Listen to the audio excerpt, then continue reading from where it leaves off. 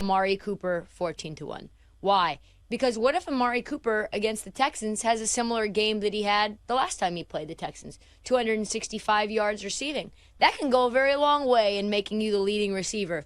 Even if you have a great game next week against a team like the Bills, yeah, maybe the weather's not great, or maybe they end up facing the Kansas City Chiefs and you play another team, right? Because that's kind of the pathway for you. You say to yourself, well, he's a long way there. Even if he was to have 80 yards receiving, which is around his prop right now in the second week, that's over 300 yards receiving. I think that wins the award. It's crazy because Deshaun Watson, it really gives you an idea of like how important the mental state is of some of these athletes. He just does. I mean, like, look, physically, I think he's fine, but mentally, he doesn't got it anymore, man. Like, he's in his own head. You heard these reports about him hiring a sports psychologist. Like, yo, man, like these guys.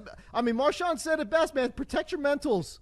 Protect your mentals. His mentals aren't there right now, man. And who knows, because it's such like a fragile thing. Who knows if he ever gets it back? You know what I mean? So I don't know, man. I mean, to your point, you love the player props on Joe Flacco in terms of the pass attempts because Houston's really tough against the run too. Ever since their bye week in week number 7, 4 of the last 5 running backs that they have faced have rushed for fewer than 50 rushing yards, right? This includes Jerome Ford, who posted just 25 rush yards 2 weeks ago. That's why, for me, if I'm looking at a rushing prop for Jerome Ford, I hate betting unders. But 44.5 to me feels like a pretty good number if you do want to bet the under for Jerome Ford. One of the tactics, James, that have been like super profitable, one of the only things that have been profitable in terms of betting on any Kansas City props, has been taking these like sort of sneaky role player wide receivers where you get reception numbers right around 1.5, like say a Justin Watson. But that was the regular season. What are we doing with those kind of guys in the playoffs? Because it feels to me a little bit like Mahomes is going to go with his tried and true in a win or go home sort of scenario. Yeah, I mean, for me, to be honest with you, I know that Miami has struggled against teams with winning records. I mean, struggled is putting it very nicely, okay? They've outright sucked versus teams with winning records. But I do think that the 4-point spread to me feels a little high. I do like Miami to cover that. I think KC's going to win a very close one. To me, this feels like a game where they just try to survive in advance. They've got the bad weather going on. It's going to feel like, super cold weather situation. I was going to say some not nice words, and that was not going to be good. Anyways, but the bottom line is it's cold weather. It's a bad weather situation out there. I think they're just going to try to sort of get by. They're going to try to sort of skate by there. And to me, it feels like a lower scoring game. You talk about some of these wide receivers.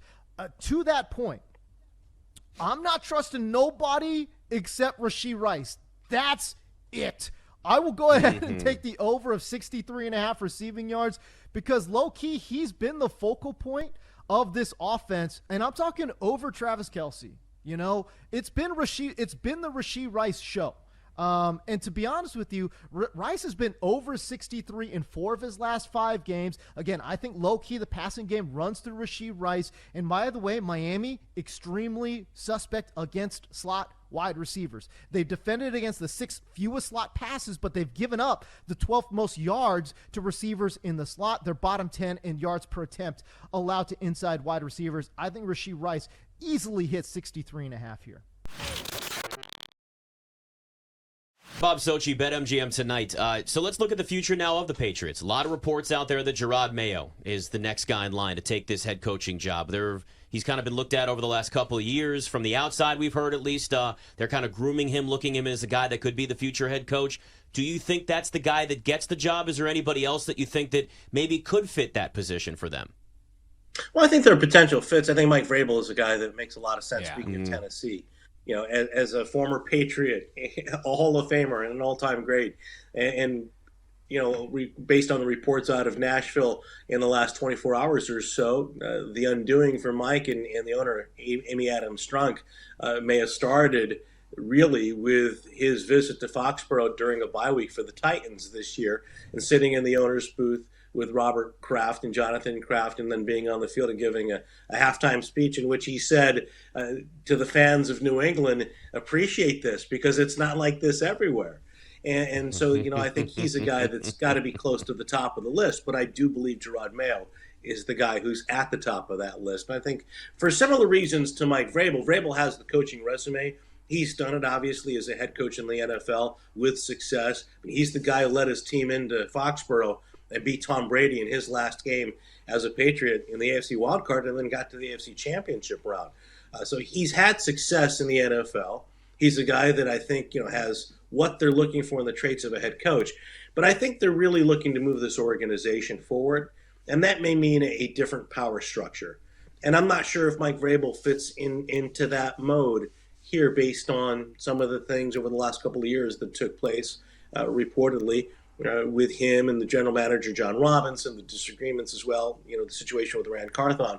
So maybe he wants to exercise more control with that next job. He's going to have a lot of suitors. I think Gerard Mayo makes a lot of sense because not only does he have a lot of the qualities of Mike Vrabel, former linebacker for the Patriots, a very good player, especially when he came into the league when he was healthy, AP Rookie of the Year, but a leader. He was a second-year captain. He's incredibly intelligent. I mean, this is someone who can, I think, relate to the Crafts on a higher intellectual level than most football coaches and most people in general. This is somebody who's an angel investor. He retired from professional football, became vice president of business development for Optum Healthcare, United Healthcare. He's very comfortable in that world, that environment. He's very forward-thinking. I think somebody who has a lot of the Belichick-instilled coaching traits and philosophies related to the game, but also brings that business experience and a willingness to think outside the box and try to come up with creative solutions to solve problems in the business world. And I think would be someone amenable to working collectively, within the kind of power structure they're looking to, I think, create here as they try to move the organization forward. Bill had a very small coaching staff. The Patriots don't have the size of an analytic department that most of the organizations today have. They've got a lot of restructuring to do, I think. And Gerard Mayo, to me, is somebody who brings a lot of the consistent qualities, the trust factor that the Crafts would have. Robert Kraft took him under his wing at a very early age when he came into this league as an NFL player and an aspiring businessman. And so I think there is a strong relationship there, but also he can be an agent of change in moving the direction forward the way I think that it needs to be moved in that direction.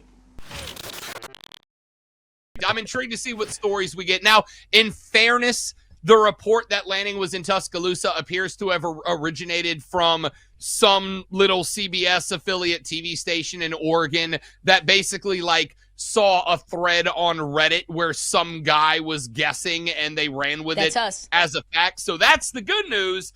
But I would also argue the fact that people believed it. It became the story. Dan Lanning's already there. And if he's in Tuscaloosa, less than 9 hours after Nick Saban retires, obviously he's the guy. So there's something to that. Like I said, I think Alabama's an interesting job. I really do think it is the most prestigious job in college football. And that is because of Nick Saban, let's be very clear.